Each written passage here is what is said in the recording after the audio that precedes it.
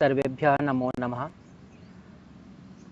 अद्य वयं तिरुक्कुरल सूक्तिसौरभम् इति पाठं पठिष्यामः। इस पाठ में बहुत ही अच्छी सूक्तियाँ दी गई हैं। सूक्ति नाम सौरभम, सौरभम अर्थात सुगंध। किसकी सुगंध? तो सूक्तियों की सुगंध। वो सूक्तियाँ किसकी हैं? तो तिरुक्कुरल इस ग्रंथ की हैं। तो षष्ठी तत्पुरुष है सूक्ति नाम सौरभम, सूक्ति सौरभम। तिरुवल्लुवर एक कवि हुए जो दक्षिण भारत में बहुत फेमस हुए। स्थिति है चेन्नई नगरस्य समुद्रतटः। चेन्नई नगर का समुद्र तट है। समुद्रस्य तटः, समुद्रतटः। तत्र तिरुवल्लुवरस्य प्रतिमां दृष्ट्वा छात्राः परस्परं चर्चां कुर्वन्ति। वहाँ तिरुवल्लुवर की प्रतिमा को देख करके यानी मूर्ति को देख करके छात्र परस्पर चर्चा करते हैं। परः प्लस परम, परस्परम। शारदा बोलती है कि नमिते पश्य पश्य एतां प्रतिमां। हे नमिता, इस प्रतिमा को देखो। मन्ये कोपि महाकविः। मुझे लगता है कोई यह महान कवि हैं। तो कोपी में संधि हो रखी है कह प्लस अपि। नमिता बोलती है कथम मन्यसे, तुम्हें कैसे लग रहा है? संगीता बोलती है किम न पश्यसि, क्या तुम नहीं देख रहे हो कि अस्य हस्ते तो, इनके हाथ में तो पुस्तकम इव किंचित विराजते, पुस्तक के समान कुछ विराजमान है।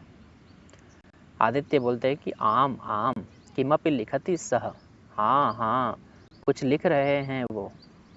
वैभव बोलता है ननु अत्रैव लिखितम। अरे यहीं लिखा हुआ है। क्या लिखा हुआ है? कि एषः खलु महाकविः तिरुवल्लुवरः। यह तो महान कवि तिरुवल्लुवर हैं। एषः प्लस खलु विसर्ग का लोप हो गया है। सह और एषः के विसर्ग का लोप कर देते हैं वैकल्पिक रूप से। आगे चलते हैं। सौम्या बोलती है अहो एषः एव महाकवि। यही वो महाकवि हैं जिनके द्वारा ये न तिरुक्कुरल इति महान पावनः ग्रंथः विरचितः। जिनके द्वारा तिरुक्कुरल यह महान पावन ग्रंथ विरचित किया गया यानी लिखा गया। पैसिव सेंटेंस है। यह पावनम ग्रंथम विरचितवान था। इसको हमने यह को ये न कर दिया, पावनम ग्रंथम को पावनः ग्रंथः कर दिया और अक्तः में चेंज कर दिया अक्तवतु को। हार्दिक बोलता है कि हाँ मम जनकस्तु प्रतिदिनम एव अस्य पाठम करोति। मेरे पिताजी तो रोज ही इसका पाठ करते हैं। प्रतिदिनम में समास है। दिनम दिनम इति प्रतिदिनम। जनकस्तु में जनकः प्लस तु। तेन एव तेन तो अधिकांश पद्यानि कंठस्थी कृतानि। उनके द्वारा तो अधिकांश पद्य यानी श्लोक कंठस्थ कर लिए गए हैं। अधोक्षज बोलता है अहो स्मरामि, हाँ मुझे याद है। अस्माकं संस्कृत पुस्तके तो, हमारी संस्कृत पुस्तक में तो अस्य एव ग्रंथस्य, इसी ग्रंथ का अथवा इसी ग्रंथ के कतिचित पद्यानि यानी कुछ पद्य कुछ श्लोक संस्कृत भाषाया अनुद्य प्रदत्तानि, संस्कृत भाषा में अनुवाद करके दिए गए हैं। अस्य प्लस एव में वृद्धि संधि हो जाएगी अस्यैव। संस्कृतस्य पुस्तके, संस्कृत पुस्तके षष्ठी तत्पुरुष है। सर्वे तर्हि अवश्यमेव पठिष्यामः। तो हम लोग अवश्य पढ़ेंगे। तम पाठम यानी उस पाठ को हम लोग अवश्य पढ़ेंगे और ज्ञान वृद्धिम करिष्यामः। ज्ञाने वृद्धिम, ज्ञान वृद्धिम सप्तमी तत्पुरुष किया जा सकता है। इस प्रकार से परिचय समाप्त होता है। अब पाठ शुरू करते हैं। पाठ में पहला श्लोक है पिता यच्छति पुत्राय बाल्ये विद्याधनं महत् पितास्य किं तपस्तेपे इत्युक्तिः तत्कृतज्ञता। बात करें समास की और संधि की तो फटाफट आप नोट करते जाएंगे या वीडियो को रोक करके बाद में देख सकते हैं। बाल्ये यानी बाल्यावस्था में, विद्याधनम है और महत इसका विशेषण हो गया। कीदृशम धनम, तो महत धनम। पिता प्लस अस्य है किम तपः तेपे, तपः और तेपे है। तपः और तेपे में हो गई संधि विसर्ग संधि। इति प्लस उक्ति यण संधि है और उक्ति ही प्लस तत्कृतज्ञता उक्तिस तत्कृतज्ञता बन गया। यहाँ पर सत्व संधि है। अच्छा, तत्कृतज्ञता में समास हो जाएगा तस्य कृतज्ञता तत्कृतज्ञता, षष्ठी तत्पुरुष। और कृतज्ञता में बात करें तो प्रत्यय है हमारा तल प्रत्यय। और आगे इसकी बात करें तो कृतज्ञ किसको बोलते हैं, समास इसमें करेंगे तो सिंपल कृतज्ञ में कृतम जानाति इति, कृतम जानाति इति कृतज्ञः, उपपद तत्पुरुष। ठीक है, अब आते हैं इसका अर्थ देखते हैं। कृतज्ञता का अपोजिट हो जाएगा कृतघ्नता, कृतघ्नता। इसका अन्वय देखिए और अन्वय देख करके अर्थ बताता हूँ मैं। बहुत सरल अर्थ है कि पिता यच्छति पुत्राय बाल्ये, पिताजी महान विद्या रूपी धन बाल्यावस्था में देते हैं किसको, पुत्र को। किसको देते हैं, पुत्र को। कैसा धन देते हैं, तो महान विद्या रूपी धन देते हैं, है ना। तो अस्य पुत्रस्य पिता, इस पुत्र के पिता ने किम तपः तेपे, क्या तपस्या की होगी या की है। तेपे मतलब अकरोत, क्या किया है, तपः। तपस मूल शब्द है, नपुंसकलिंग का रूप है और द्वितीय विभक्ति एक वचन में तपः। तो इस पुत्र के पिताजी ने कैसी तपस्या की होगी, कितनी तपस्या की होगी, है ना। यह वचन ही, यह उक्ति ही उस पुत्र की कृतज्ञता होती है, यानी आभार व्यक्त करना होता है। पिता के प्रति पुत्र का आभार व्यक्त करना कैसे करना है, तो पुत्र इतना अच्छा आचरण करे कि उसके आचरण को देख करके दूसरे लोग बोले कि इस पुत्र के पिता ने कैसी तपस्या की होगी कि इतना अच्छा पुत्र बन गया है। तो इसीलिए कहा जाता है कि आपको अच्छा आचरण करना है, आपके आचरण से आपके माता पिता का नाम रोशन होता है। तो एक प्रकार से आभार व्यक्त करना, कृतज्ञता ज्ञापित करना अपने अच्छे आचरणों से। ठीक है, अब चलते हैं दूसरे श्लोक पर। दूसरा श्लोक है अवक्रता यथा चित्ते तथा वाची भवेद यदि, अवक्रता यथा चित्ते तथा वाची भवेद यदि तदेवाहुः महात्मानः समत्वम इति तथ्यतः। बहुत अच्छा श्लोक है। बोलते हैं ना कि हाथी के दांत दिखाने वाले अलग होते हैं और खाने वाले अलग होते हैं। तो कई लोग ऐसे व्यक्ति भी होते हैं कि सोचते कुछ और हैं, करते कुछ और हैं। तो हमें वैसा नहीं बनना है। महात्माओं ने कुछ अच्छी परिभाषा दी है कि समता किसे कहते हैं, इक्वलिटी किसे कहते हैं, समानता किसे कहते हैं। तो आइए सबसे पहले समास देख लीजिए और प्रत्यय देख लीजिए। वक्रता का अर्थ होता है, वक्र मतलब टेढ़ा, और तल प्रत्यय लगा हुआ है तो वक्रता बन गया है। वक्रता का पर्यायवाची लिख लीजिए कुटिलता। और नववक्रता इति अवक्रता, यानी नए तत्पुरुष कर देंगे तो अवक्रता यानी सरलता। यथा चित्ते, चित्ते मतलब हृदय, हृदय में। वाची मतलब वचने, सप्तमी का रूप है। तत् एव आहु, कौन सी संधि हो रखी, तत् प्लस एव में व्यंजन संधि है, जस्त्व संधि। महात्मानः बहुवचन का रूप है, महात्मा, महात्मानव, महात्मानः। आहुः मतलब होता है कथितवन्तः, आहुः मतलब होता है कथितवन्तः। महात्माओं ने कहा है, क्या कहा है, समत्वम। समत्वम में सम है और त्व प्रत्यय हो गया आपका, नपुंसकलिंग में बन जाता है समत्वम। तथ्यतः मतलब यथार्थ रूप से, वास्तविक रूप से। तो सिंपल है, इसका भी अर्थ देख लेते हैं कि हाँ, अन्वय के माध्यम से ही देखना बहुत उचित होता है, ताकि सीक्वेंस में आपको एक अर्थ पता चल जाता है कि अच्छा इसका ये अर्थ हो सकता है। वीडियो को स्किप करके देखेंगे तो मुझे नहीं लगता है कि आपको समझ में आने वाला है, इसलिए ध्यान से देखेंगे और लाइक करें, शेयर करें और अपने दोस्तों के सामने शेयर करते रहें। बोल रहे हैं कि यथा अवक्रता चित्ते, जैसी सरलता, अवक्रता मतलब सरलता आपके चित्त में है, वैसी सरलता यदि वाणी में भी हो जाए तो महात्माओं ने वास्तविक रूप से तत् एव उसी को समत्वम इति कथितवन्तः, उसी को समानता महात्माओं ने कहा है, सज्जनों ने समानता उसे ही कहा है। कि जो आप मन में सोचते हैं वही यदि आपकी वाणी में है तो उसी को इक्वलिटी कहते हैं। ठीक है, तीसरा श्लोक पे चलते हैं। त्यक्त्वा धर्म प्रदाम वाचम परुषाम यो विहुदीरयेत। ये श्लोक भी बहुत अच्छा श्लोक है और इसको आप व्यवहारिक जिंदगी में भी उतार सकते हैं आप लोग। परित्यज्य फलम पक्वम भुंक्ते पक्वम विमूढ़धि। ठीक है, तो इसमें बोले त्यक्त्वा और परित्यज्य दोनों पर्यायवाची हैं। धर्म प्रदाम, आपने उपपद तत्पुरुष पढ़ा है।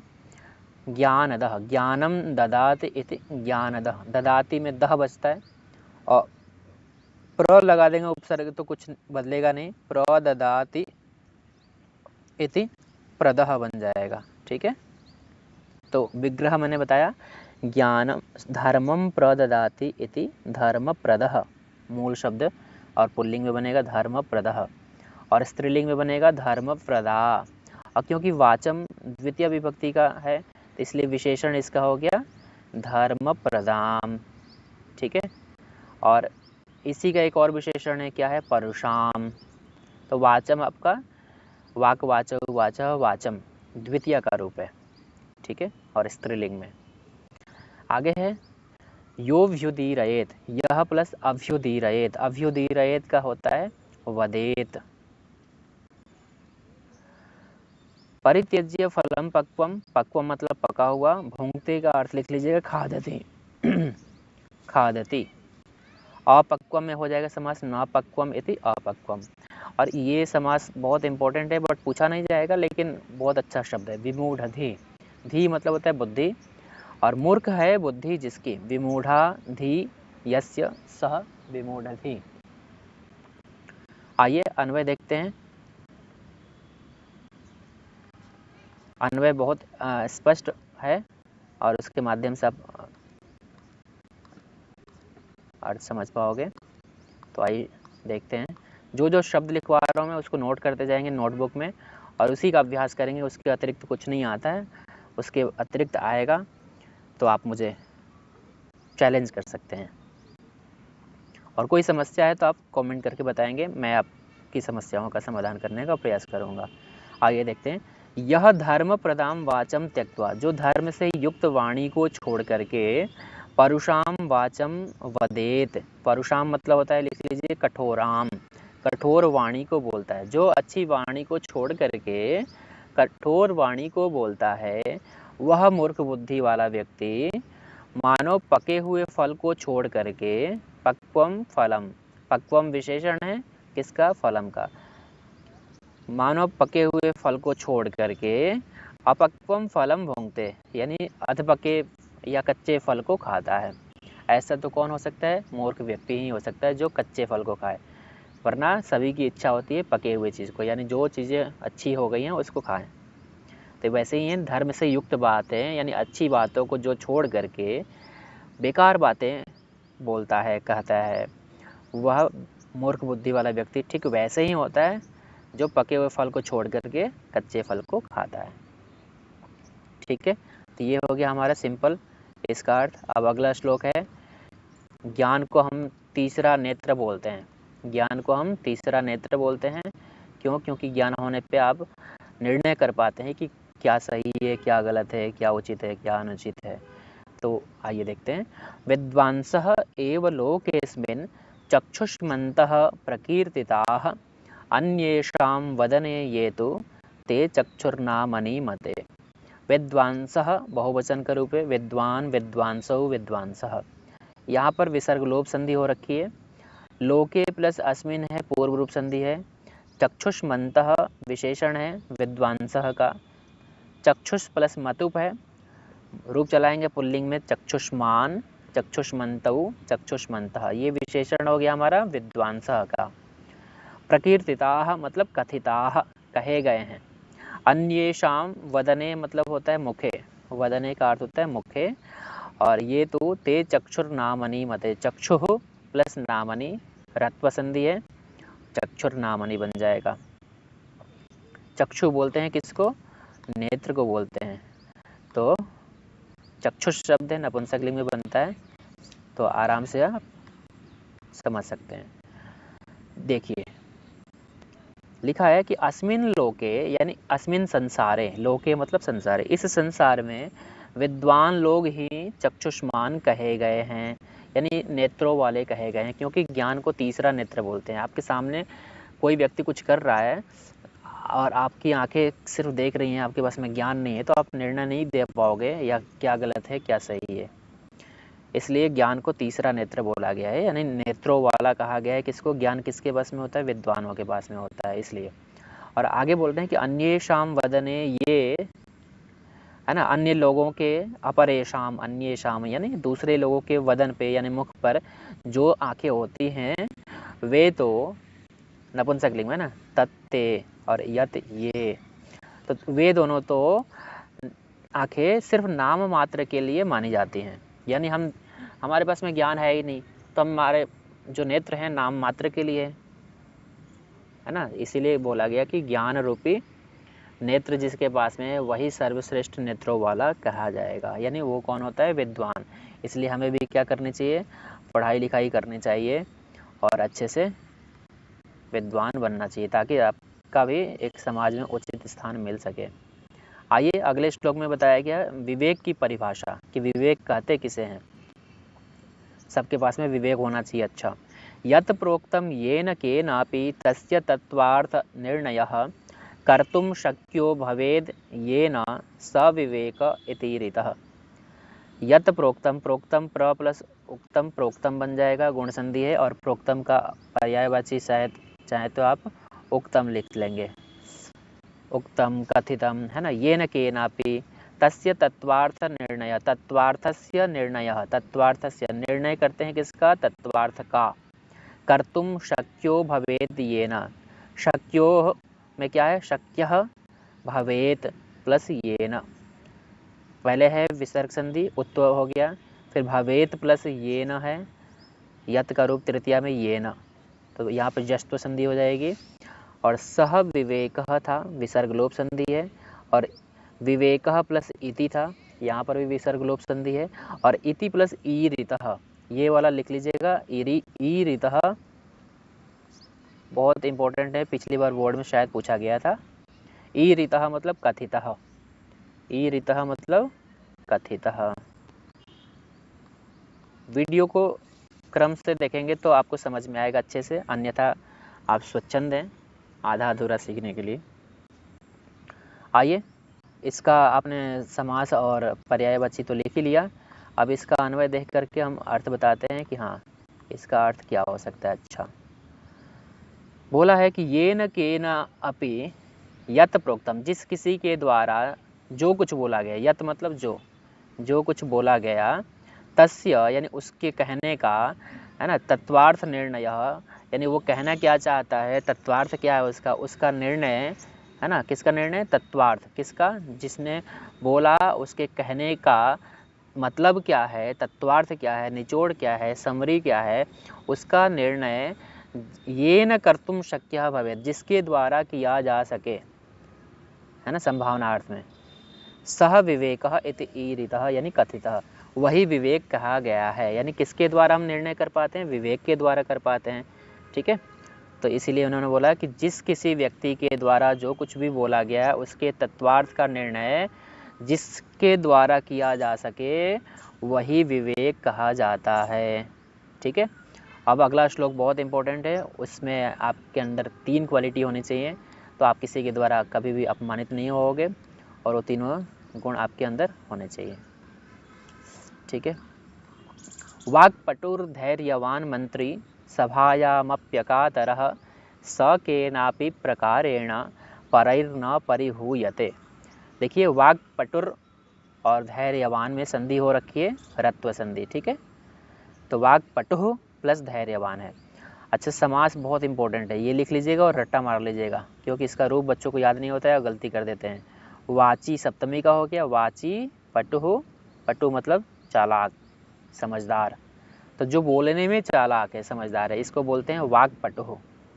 धैर्यवान में प्रत्यय है, धैर्य प्लस मतुप है, मंत्री का ही सब विशेषण बताया जाएगा। मंत्री कैसा होना चाहिए? बोलने में चतुर होना चाहिए, चालाक होना चाहिए, समझदार, धैर्यवान होना चाहिए, उसके पास में पेशेंस होना चाहिए। और सभायाम अपि अकातरः, तो अपि प्लस अकातरः यण संधि है जो कि बोर्ड में आपके कोर्स में है। न कातरः इति अकातरः, कातर बोलते हैं डरपोक को, और न कातरः यानी निडर, जो सभाओं में क्या हो, निडर होता है। स केनापि, सह है और केनापि है, विसर्ग लोप संधि है, सह और ऐसा के साथ में लोप कर देते हैं।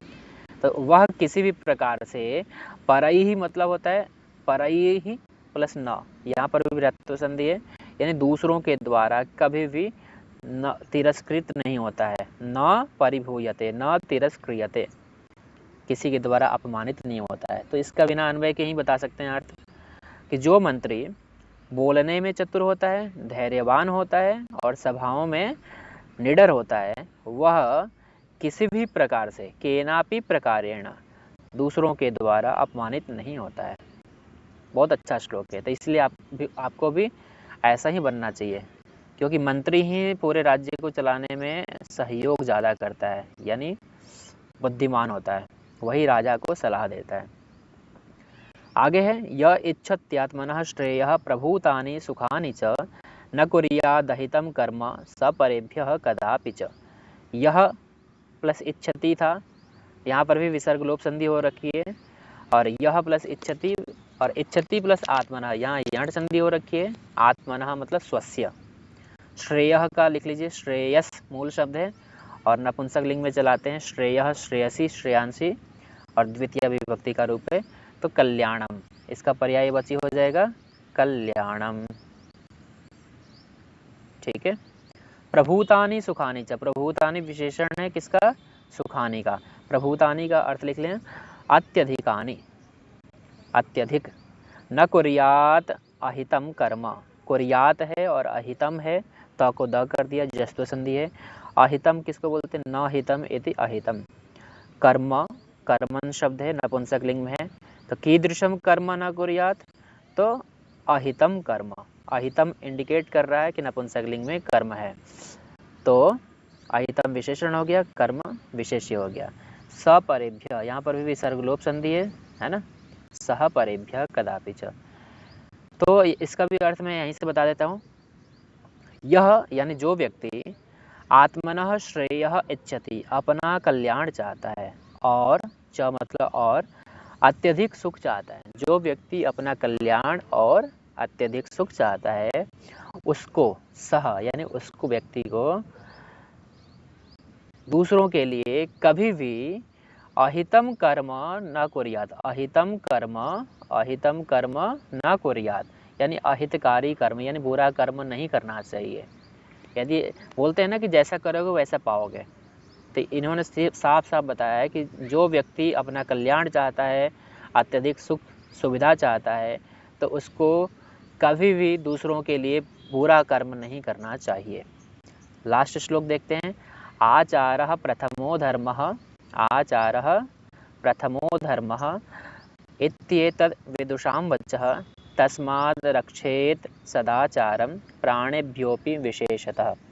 आचारः अर्थात व्यवहारः, आचारः व्यवहारः, प्रथमः धर्मः उत्व संधि है, इति प्लस एतत् यण संधि है, एतत् प्लस विदुषाम जस्त्व संधि है, विदुषाम षष्ठी का रूप है, लिख लीजिएगा। और ये इसका समास जो बनेगा बहुत इंपॉर्टेंट है, जैसे मैंने ऊपर बताया वाक पटुः, तो वैसे ही ये भी है विदुषाम वचः। ये ऑलरेडी विग्रह है, इसका समस्त पद बनेगा विद्वद वचः, विद्वद वचः। ठीक है, तो ये समस्त पद बन गया आपका, याद कर लीजिएगा। ये दोनों शब्द रूप आपको याद नहीं है, इसलिए समस्त पद ही याद कर लो। वाची पटुः वाक पटुः बनेगा, विदुषाम वचः विद्वद वचः। तस्माद रक्षेत, यहाँ पर भी त को द कर दिया हमने। रक्षेत प्लस सदाचारम में क्यों नहीं त को द किया, आप कमेंट में करके बताइएगा कि त को यहाँ पर द क्यों नहीं किया। प्राणेभ्योपि विशेषतः, प्राणेभ्यः प्लस अपि, पहले उत्व संधि है फिर पूर्व रूप संधि है। इसका देखिए अर्थ बताता हूँ कि प्रथमः धर्म, प्रथमः विशेषण है धर्मः का, ठीक है। हमारा व्यवहार ही, आचारः मतलब हमारा व्यवहार ही सबसे पहला धर्म है, एतत् वचः विदुषाम अस्ति, यह विद्वानों का वचन है। वचः मतलब वचन है, कहना है। किसका कहना है?